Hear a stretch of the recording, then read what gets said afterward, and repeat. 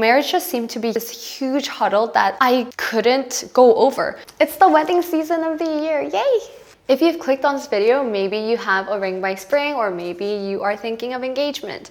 Whatever the case, here are 5 things that I wish I knew before marriage, and they still apply for after marriage. The first thing is you're going to be freer than you think. But at the same time, it's gonna have its limitations. So what I mean by this is you're gonna have so much freedom.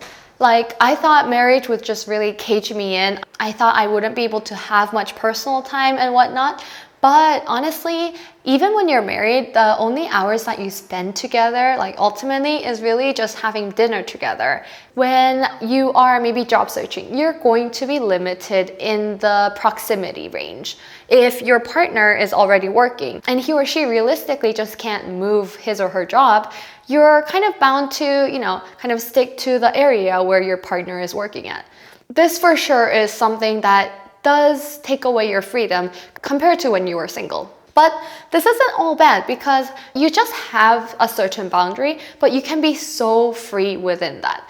I guess you can think of it this way. When you're in a foreign world and you know no one but yourself, you feel a little bit like, I don't know, out of place in this world. Really, life is full of the unknowns, and especially as a young professional, you have a lot of things to gauge, a lot of things to balance. But when you have a partner, when you have someone at home that you know who will have your back, you have the freedom to really explore a lot of things. When you're really hesitant to do something, or you don't know whether to make that choice or not, and you just don't know what's ahead of you, marriage does provide like a little bit of a mattress kind of thing. So when you're jumping, you know that even when you fall down, you know that mattress will hold you there. It won't hurt you. Compared to what I thought, marriage provided like an immense big playground for me to explore, to play, to hang around, while knowing that there was always a safe spot, like a safe home.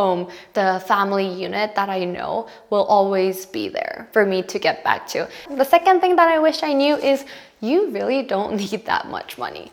Before, I kept hearing all these myths and stories that weddings will cost like 100K plus. I can assure you there are weddings like that. I've heard of it. I haven't gone to one. I don't have a rich friend. I thought that was the norm. You do not have to be one of those people. I, for one, have done a wedding from scratch under like $6,000. It was not an extravagant wedding. If you want one, go ahead. It just was not in my priority list. I furnished my entire apartment with Facebook Marketplace things, and I was fine with that. It filled the needs that I had. And when I was solo, marriage just seemed to be this huge huddle that I couldn't go over without having like a bank account full of money. And I, for one, did not want to jump into marriage with debt. I know this is somewhat of a problem for a lot of young adults, but starting life without any debt, no credit card debt, no student loans because I had all the scholarships, and no mortgage even, made a whole new beginning for us. There is so many things you can minimize and take out based on what you and your fiance are trying to plan for your wedding. Honestly, I don't even remember the wedding ceremony that much. I just remember that I enjoyed the trivia so much at the after party where we were eating at a restaurant.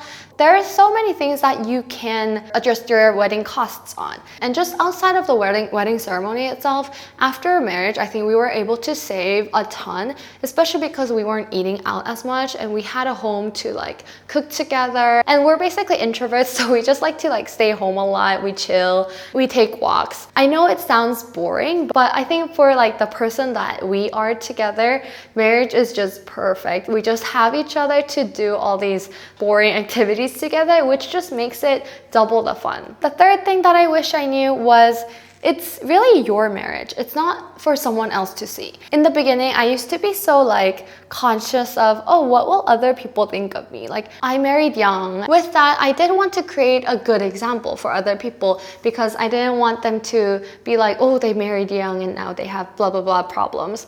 There's this messenger app that we use in South Korea, and we were one of those couples that never posted like pictures of each other. So with that, I was so conscious because I kept seeing all these other people, all these engagement posts, all these wedding ceremony photos. I was like, we're having fun. Like, I want other people to acknowledge that. I want them to see it too. But after 1 year, I realized, oh, that really does not matter. It involves just you and your husband, you and your wife. If you're having the greatest time of your day, way to go. If you're not, that's okay too. Everyone has their ups and downs. You'll be surprised at how many older couples also fight every day. They get into the same quarrels even in their 30th, 20th wedding anniversary. So really, it's you two who must work on the relationship together. So just invest all your time, energy, money, and know each other's love languages. That honestly helps the most in our relationship.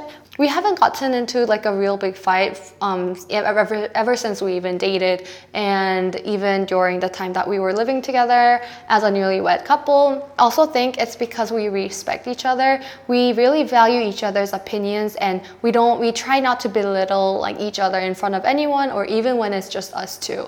But love language is also really big. We both are like 200% sure that we love each other, because his act of showing love is my personal preference of receiving love. He's really good at acts of service. I feel loved when I spend time with people or when people do things for me. My way of giving love is quality time and words of affirmation. And his personal preference of receiving love is words of affirmation. So I think it really works well hand in hand, and it's really important to know which way of showing love your partner feels most appreciated. So I think this really helps in, enhancing the relationship that you have amongst yourself. The fourth idea that I want to talk about is it's really better when you get married earlier on in your age. Not many people told me this. A lot of people were like, oh, you're young, just enjoy life. But after being married for 1 year, I realized no way. Like, that's BS.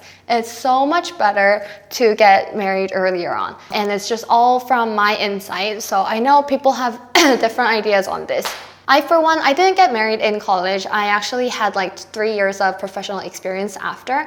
What I mean by it's better to be married when you're early is your brain or your habits, they haven't stuck yet. We all know that when we're like out of the house, it's really hard to go back and live with our parents, even for just 1 week. And that's because we have different routines. We have different lifestyles now. And it's harder to adjust them as we get older and older and older. Because I've only had like 2 to 3 years of living like alone, and even that, like, I wasn't really living alone. I was always subleasing with other roommates, so it also made it a little bit more easier on me to live with another person after marriage. But I see all these friends around me, and now they're all living alone. They have their own like lifestyle. They like to do things on their own. They like to have their downtime in a specific way, and it bothers them when someone that they live with don't follow their ways.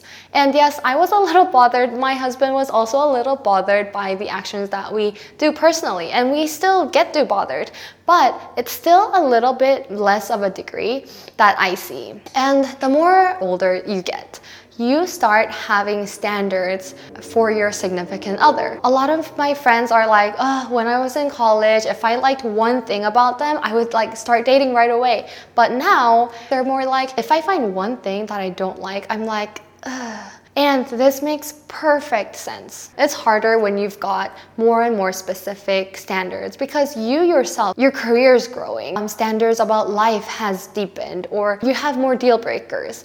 These things do pile up over time. That's just one of the reasons why I say it's better to get married earlier on, when any of these have not become too fixated. And number 5 is you cannot change a person. We all know that, but deep inside, we secretly think that we still can. I still make that mistake sometimes. I tell my husband, I try to manipulate him, and it just, doesn't work. It just hurts the relationship even more. So yes, there are a lot of humans around us. There's so many girls and guys. You just need to commit. Marriage is all about commitment. I really hope this video helped for any of you guys who are going through marriage, who are prepping, and wish you luck. Bye.